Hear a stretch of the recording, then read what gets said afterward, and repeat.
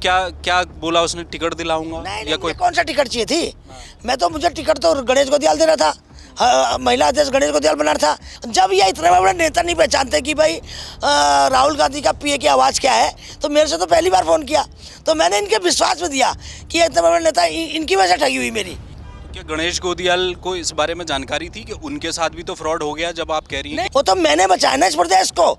मैंने सबसे पहले पकड़ा उस फर्जी आदमी को। ये तो अभी तो उसको असली का कनिष्क समझ रहे हैं। दुर्भाग्य की बात यह है, सारे नेता असली का कनिष्क समझ रहे हैं। अब मैंने कोई टिकट नहीं लेना था, न कोई महिला अध्यक्ष बना था। ये फर्जी चला रहे लोग, ये गणेश के लोग चला रहे, उमेश के लोग चला रहे, ये गलत बात है। तो उमेश कुमार भी इसकी रेंज में आ गया। वो जो मुझ्छों में ताव मार रहा है ना कि मैं 60 टिकट बांटूंगा, उससे भी बात करके उसकी भी रिकॉर्डिंग है।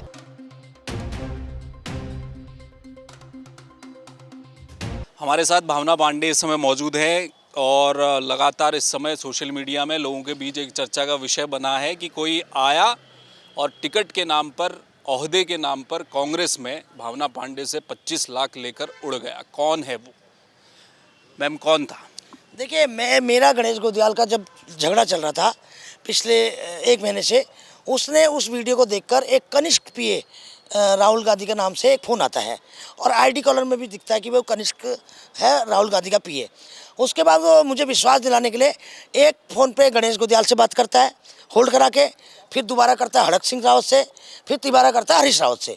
तो मुझे विश्वास हो गया, जब इतने बड़े बड़े नेता यशपाल आर्या जैसे सब बड़े नेता इसकी लाइन पे हैं तो होगा भाई कनिष्क। तो मैंने तो पहली बार कनिष्क देखा। जब ये इतने बड़े नेता नहीं पहचानते कि भाई राहुल गांधी का पीए की आवाज़ क्या है, तो मेरे से तो पहली बार फ़ोन किया। तो मैंने इनके विश्वास में दिया कि ये इतने बड़े नेता, इनकी वजह से ठगी हुई मेरी। भाई जब मैं तो सबसे बड़ा दुर्भाग्य इस प्रदेश का है कि इतने बड़े बड़े नेता मतलब किस हवा में घूम रही है, इनको राहुल गांधी के पीए की आवाज़ तक नहीं पता। और उसके बाद इसने मुझे कहा कि कुछ माहौल ख़राब हो गया है, हमारे कुछ विधायक आ रहे हैं और सर्वे करने उत्तराखंड में कि भाई किस किस सीट पर किसको लड़ना चाहिए। कुछ महाराष्ट्र से आ रहे हैं, कुछ राजस्थान से। तो आप एक काम करिए, होटल से पता करिए कितना बिल आ रहा है और दिल्ली से पैसा उठा लीजिए। तो मैं गई होटल ताज में गई, लेमन ट्री गई, 2-3। तो उसका ताज ठीक है। तो ताज में मैंने बिल निकाला तो 22 लाख समथिंग बन रहा था 10 दिन का। तो मैंने इसको बोला 22 लाख बन रहा। तो बोला आप कोई आदमी भेज दीजिए, आपका कोई दिल्ली में है। तो मेरे पास दिल्ली में आदमी था ही नहीं था। तो 2-3 बार जब उसने कहा तो मैंने कहा अरे छोड़िए, जब इतना बड़ा आदमी है राहुल गांधी के यहाँ, तो क्या उसको 25 लाख का दे देगा? क्या परेशान करना, दे देगा बाद में दिल्ली जाके। मैंने कहा मैं दिल्ली आके ले लूँगी।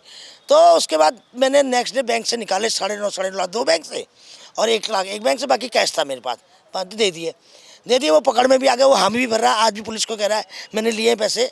अच्छा। हाँ, वो तो भर रहा है, हामी भर रहा है, अभी भी कह रहा है। पुलिस को बयान भी दे दिया उसने, मेरे पास वीडियो भी है उसका। कब की बात है? ये 13 तारीख की बात है, पिछले महीने 13 अप्रैल की बात। हाँ। तो आपको क्या क्या बोला उसने, टिकट दिलाऊंगा नहीं, या कोई? मुझे कौन सा टिकट चाहिए थी? मुझे टिकट तो गणेश गोदियाल दे रहा था। हाँ, महिला अध्यक्ष गणेश गोदियाल बना रहा था। मैंने खुद मना किया, मुझे चुनाव लड़ना ही नहीं है। मुझे तो अच्छे कैंडिडेट लड़ाने हैं ताकि प्रदेश में अच्छे लोग जीत कर आए। तो मेरे को तो लड़ना ही नहीं है, विधायक तो मैं कभी लड़ना ही नहीं चाहती। पैसे क्यों दे दिए आप? अरे जब विधायक लोग आए हैं, रुके हैं, उनका खर्चा जो होटल का उसके नाम पे लिए ना उसने। और पहले कहा ले लो मेरे से, हमसे दिल्ली से उठा लो। मेरे पे टाइम नहीं हुआ तब मैंने उसके नाम पे दे दिया। उसके बाद जब 3 दिन बाद उसने कहा कि भाई माहौल बहुत ख़राब हो रहा है, गणेश गोदियाल से सब नाराज चल रहे हैं, जब उसने 3 करोड़ की डिमांड करी तब मेरा दिमाग ठनका कि भाई ये फ्रॉड आदमी है। और एक मैसेज उसने गणेश गोदियाल के मोबाइल से मुझे भेजा था, उसका नंबर था ऊपर AI से द्वारा। आज कह रहा कि AI द्वारा है। तो बिल्कुल डिट्टो मैसेज था कि भाई आप भावना पांडे को कांग्रेस में ज्वाइन कराइए और उमेश कुमार को 30 करोड़ दे रहा है, उसको ज्वाइन करा दीजिए। अच्छा। तो वो देने वाला है और वही मैसेज ने उमेश कुमार को भेजा। तो उमेश कुमार भी इसकी रेंज में आ गया।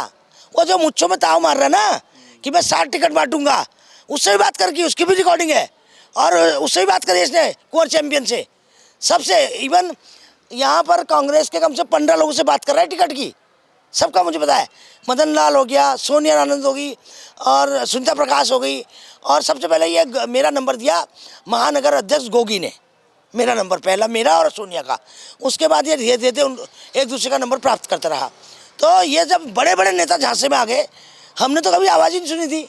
मैं तो इनकी आवाज़ सुन के विश्वास में आ गई। और मैंने कोई टिकट नहीं लेना था, न कोई महिला अध्यक्ष बना था।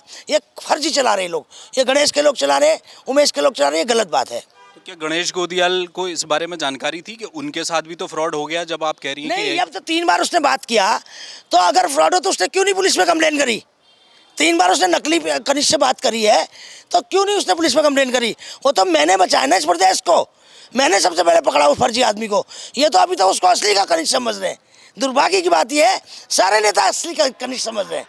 अच्छा, तो ये जो उमेश कुमार वाली बात आ रही है, चर्चा भी चल रही है कि क्या कांग्रेस में जाएंगे, उन्होंने एक पोस्ट भी लिखी है, कल आपके लिए भी कहा कि बड़ी बिंदी वाली दीदी जो भी है, कि भाई आप कह रही हैं कि उमेश कुमार भी उस फ्रॉड में आ गए, तो क्या इसी बात का मैसेज उमेश कुमार तक गया है कि कांग्रेस में शामिल होने के लिए वही कनिष्क जो है वो लॉबी? हाँ, नहीं, कनिष्क को खुद बता रहा है, अभी पूछो उससे, कह रहा मेरी उमेश से बात हुई है, उसका रिकॉर्ड में है, उसके मोबाइल में है, उसका जो मोबाइल पुलिस ने जब्त किया है वो उमेश के का नंबर है उसमें कुंवर चैंपियन की आवाज़ भी है, कुंवर चैंपियन से भी बात हुई है उसकी, दोनों से बात हुई है, उसकी मदन लाल से बात हुई है, उसकी सोनिया से बात हुई, मेरे से बात हुई, हड़क सिंह से बात हुई, यशपाल आर्य से बात हुई है, और गणेश गोदियाल से 3 बार बात हुई है, सब है उसके पास।